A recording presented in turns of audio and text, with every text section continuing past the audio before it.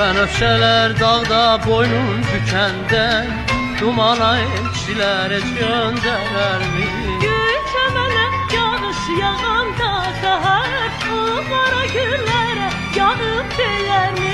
Ay işığın al yanağa düşəndə qara gözlərinə baxın deyərmi? Deyərmi, deyərmi?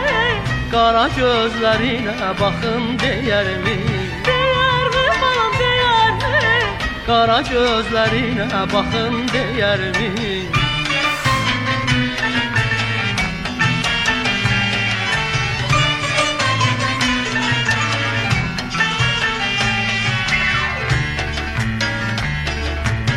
Qışı əridəndə hər yanda günəş, gəlim ya gəlməyim soruşmaz bahar.